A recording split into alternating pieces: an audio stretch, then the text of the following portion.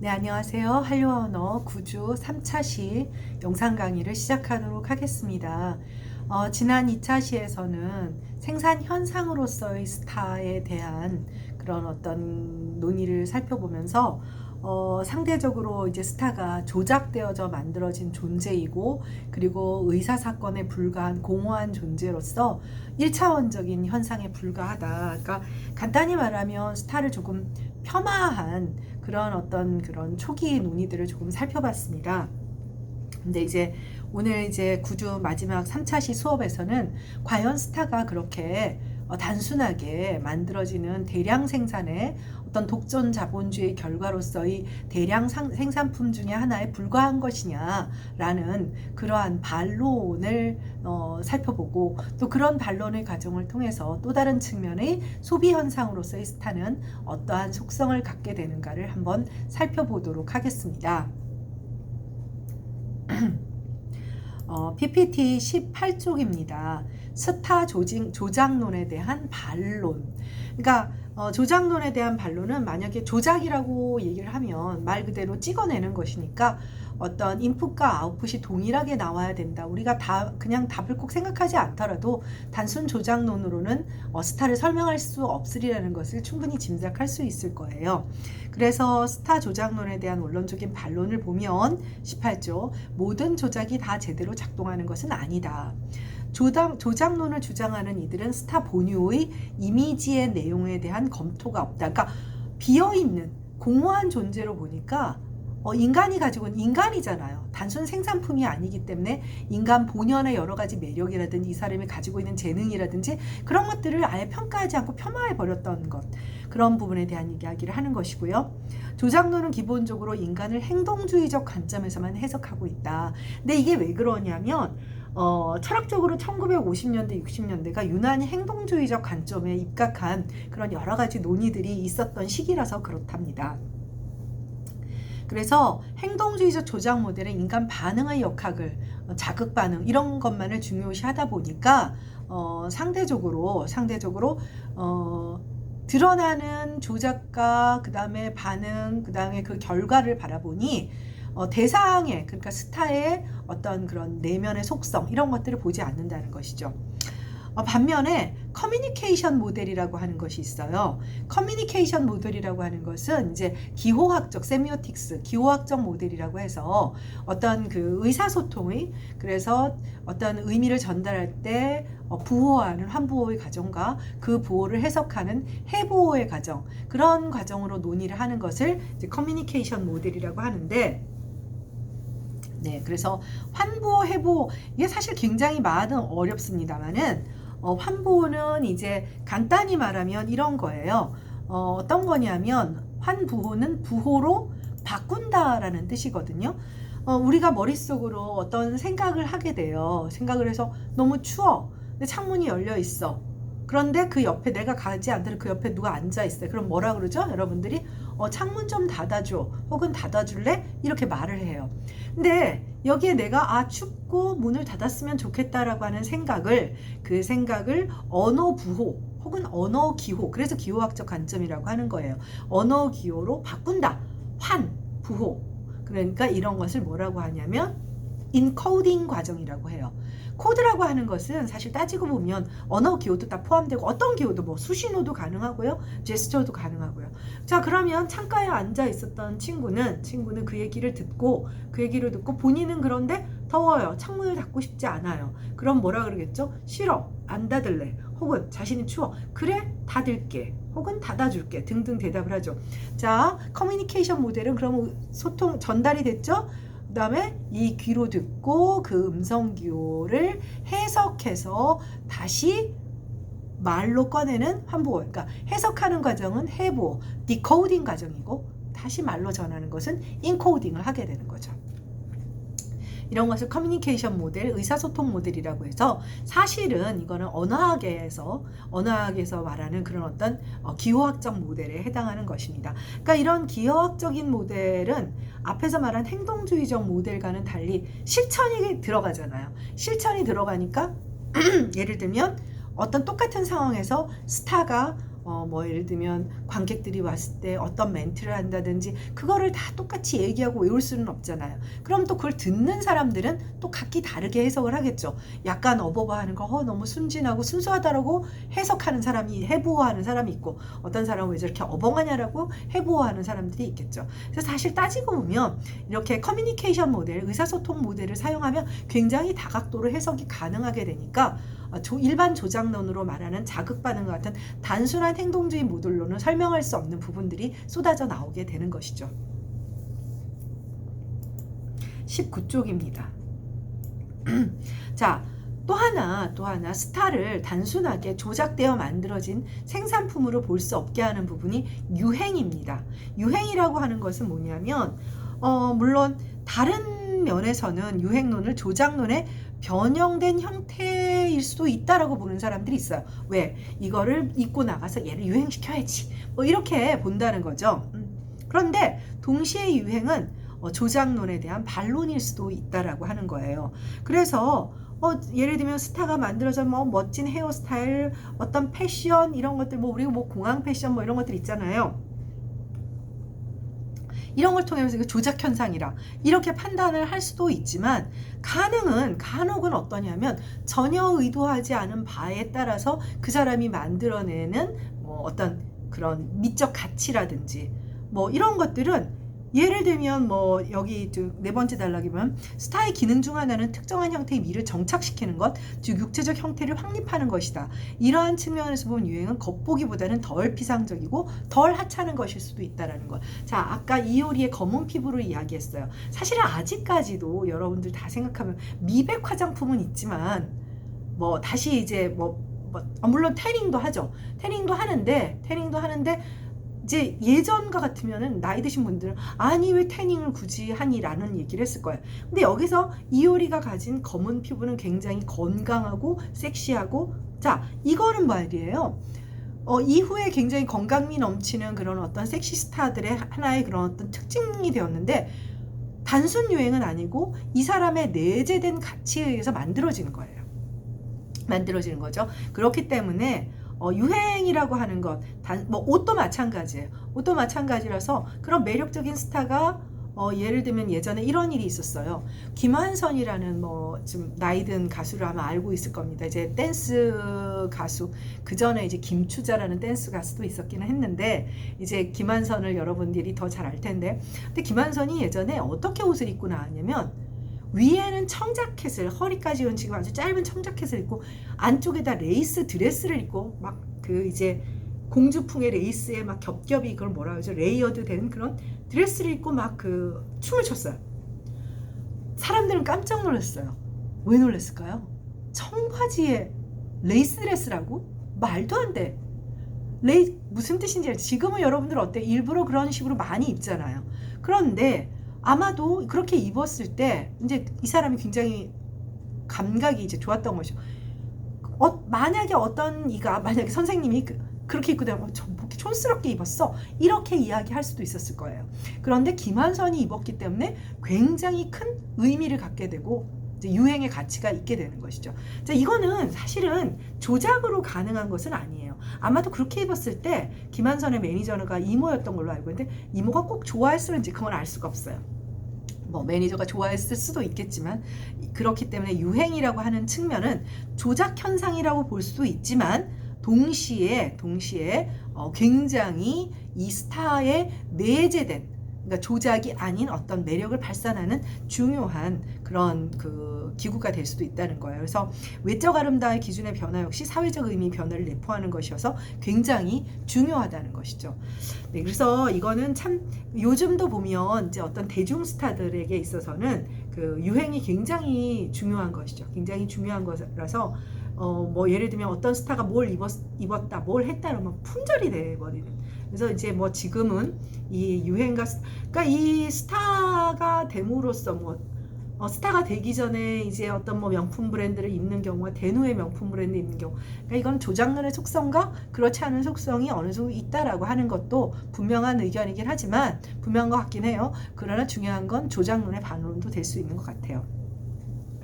그리고 반짝 스타와 롱런 스타의 차이라는 이야기는 뭐냐면 반짝 스타와 롱런 스타의 차이에는 이제 유행이 굉장히 중요한 영향을 미치게 되는데요. 이때 유행은 이 스타의 외현적인 모습이 얼마나 오랫동안 대중에게 어필하느냐의 문제가 있죠.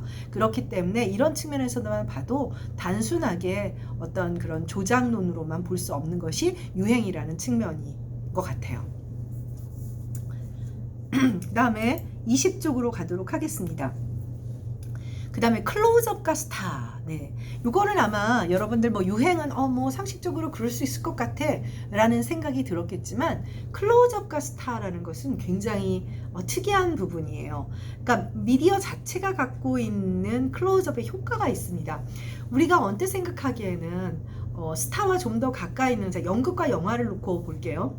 연극과 영화와 TV를 놓고 보겠습니다. 여기서는 일단 이제 영화를 먼저 얘기를 했는데, 자, 언뜻 생각하기에는 연극 배우랑 우리가 훨씬 더 클로즈업한 생태라고 생각이 되겠죠. 그런데 재밌는 것은 뭐냐면, 우리가 연극을 보러 가면 관객석이 있고요, 그 사이가 띄어져 있어요. 우리가 무대 위에 올라가서 직접 그 배우의 미묘한 표정과 이런 것들을 정확하게 가까이서 보는 건 아니에요. 모공 하나하나를 들여다볼 수는 없죠. 거기서 우리가 더 밀접하게 들을 수 있는 부분은 뭐냐면, 시각적인 것보다는 청각적인 것인 것 같아요. 청각적인 효과가 더 큰 것이고, 그래서 클로즈업 효과는 연극보다는 영화가 훨씬 강력합니다. 자, 관객이 바로 연기자 앞에 있지만 연극은 영화에 비해 덜 친밀한 미디어이다. 클로즈업 효과가 적다는 것이에요. 무대와 연기 객석 사이의 공간이 근본적인 거리가 있기 때문이죠. 그러나 영화의 경우 연기자를 클로즈업함으로써 내적 친밀감을 만들어내게 된다. 왜냐하면요, 클로즈업은 뭘 보여주면 그 인간의 표정을 보여주는 것이에요. 우리가 클로즈업 할 때 대개의 경우 드라마 같은 경우, 영화 같은 경우 얼굴을 클로즈업 하죠. 물론 간혹 손이나 이런 데를 클로즈업 해주는 경우도 있지만 특수한 경우고, 그러다 보면 그 인간의 내면을 들여다보게 되고, 그러다 보면 우리가 왠지 그 감정영리나 이런 것을 통해서 스타의 내면까지도 들여다보는 그런 어떤 효과를 갖게 된다는 거예요. TV는 그 기능을 좀 더 극대화하게 되겠죠. 왜냐하면 TV는 나 혼자 보잖아요. 그러다 보니 클로즈업 효과도 더 커지고 더 친밀감을 느끼게 되는 그런 속성을 갖게 된다고 합니다. 클로즈업은 그래서 일종의 침묵의 독백이다.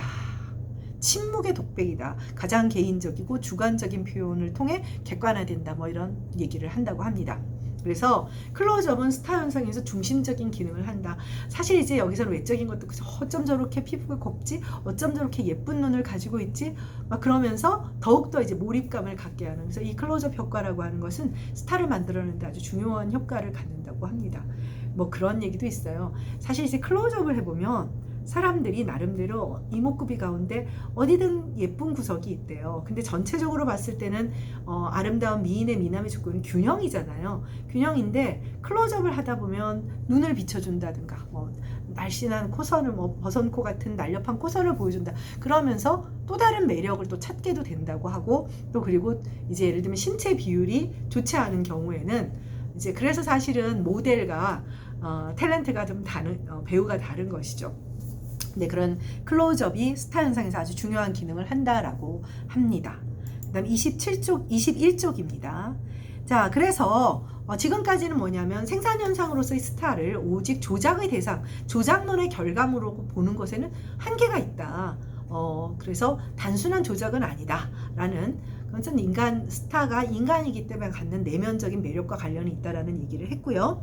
21쪽부터는 소비 현상으로서의 스타에 대한 이야기를 하게 됩니다. 뭐 당연히 스타는 소비되는 존재죠. 네. 우리가 이제 그 21쪽에 보면 이미 살펴본 대로 생산의 관점에서 스타를 살펴보면 스타를 만들어내는 제작자들을 강조하게 됩니다. 그리고 제작자들이 만들어내는 상품이나 혹은 인형 같은 존재로 이렇게, 그래서 이제 우리가 보면 요즘은 이제 특히 그 K-팝 아이돌 같은 경우는 아티스트다. 우리는 주어진 곡을 듣고 입만 뻥긋뻥긋하는 그런 인형이 아니다. 이런 것을 굉장히 중요해서 작사에 참여하고 있다. 작곡에 참여하고 있다. 이제 그렇게 되면 이제 매력이 되는 거죠. 야, 작사 작곡도 하는데 춤도 잘 추고 노래도 잘 부르고 어쩜 저렇게 생긴 것도 잘생겼니. 뭐 그야말로 종합 선물 세트다. 뭐 이런 평가를 받게 되는 거죠. 그러다 보니까 상대적으로 이제 굉장히 그런 부분들을 서구에서는 이제 트집을 잡고 싶었다고는 하지만 자기들도 우리 앞서 배운 바와 같이 계속 얘기하지만 할리우드에서부터 공장 시스템이었어요. 예를 들면 에드 셰런이 더 멋진 모습을 가지고 있었으면 얼마나 난리였겠어요. 뭐 이런 거랑 같은 맥락이죠. 그래서 스타의 창출에서 더욱 결정적인 힘은 미디어 텍스트의 관객, 즉 소비자다. 이것이 이제 최근 강조되고 있고, 그래서 스타와 관객, 이제 소비자가 되는 거죠. 그 유형이 최근에는 또 정의가 되고 있어요. 그래서 친밀도, 감정이입, 동일시의 정도에 따라 이제 동일시까지 나옵니다. 여러 단계, 4가지 단계로 이제 구분이 돼요. 이제 다음 페이지에서 살펴볼 건데, 적극적 소비자의 관점은 우리가 앞서 배웠던 엘빈 토플러의 생비자의 관점이 되어 스타의 상품 가치를 조정할 수 있다. 자, 이게 정말 여러 가지 문제가 됩니다. 그러니까 이 스타와 관객은 이제 팬에서 팬덤이 나오게 되고 거기에 이제 긍정적인 효과와 부정적인 효과가 다 등장을 하게 됩니다. 뭐 사생 팬도 나오게 되고요. 그 다음에 이제 뭐 스토커도 나오게 되고요. 그러니까 이제 여러 가지 부정적인 면도 나오지만 어쨌든 간에 이 소비자들이 우리가 얼마 전까지 뭐 예를 들면 뭐 갑자기 생각이 안 나네. 워너원 그 강다니엘이 1등 했던, 그러니까 이게 왜 그렇게까지 열광을 하게 되냐면 스스로 투표를 해서, 그때 왜 투표 조작해서 또 뭐 PD 뭐 같이 그랬는데 스스로 투표를 해서 나의 아이돌을 내가 만들어내서 내가 제작자로 참여를 하는 거예요. 여러분들이 한번 생각해 보세요. 그러니까 과거에는 제작자가 전문적으로 제작자가 있고 그 제작자가 이제 스타를 만들어 내놓는 과정인데 거기에 내가 참여를 하는 거죠. 거기에 내가 참여를 하니까 열광하지 않겠습니까? 내가 드디어, 그러니까 말하자면 내가 내 어떤 아이돌 스타를 만들어낸다. 그래서 그런 투표 시스템은 굉장히 적극적인 어떤 그런 참여의 소비자를, 이러면 어떻게 돼요? 뭐 당연히 음반을 살 뿐 아니라 뭐 관련되는 굿즈도 사게 되고 여러 가지 이 자신이 투표한 그 아이돌 혹은 가수의 상품 가치를 높일 수 있도록 막 아주 헌신을 하게 되겠죠. 네, 다음 페이지로 가도록 하겠습니다. 이게 뭐냐면 앞서 말했던 그 스타와 관객, 즉 소비자의 관계 유형 4가지입니다. 글쎄 뭐 여러 가지 유형이 나올 수 있을 것 같긴 한데 가장 첫 번째 단계는 감정적 친화, emotional affinity의 단계이고 가장 일반적인 단계라고 합니다. 두 번째는 모방, imitation, 세 번째는 자기동일시, self identification, 그 다음에 네 번째는 투사, projection. 이제 네 번째 단계가 이제 가장 좀 이제 단계가 높은데 무슨 얘기냐면 1단계에서 4단계로 갈수록 이제 몰입도가 더 커지는 거죠.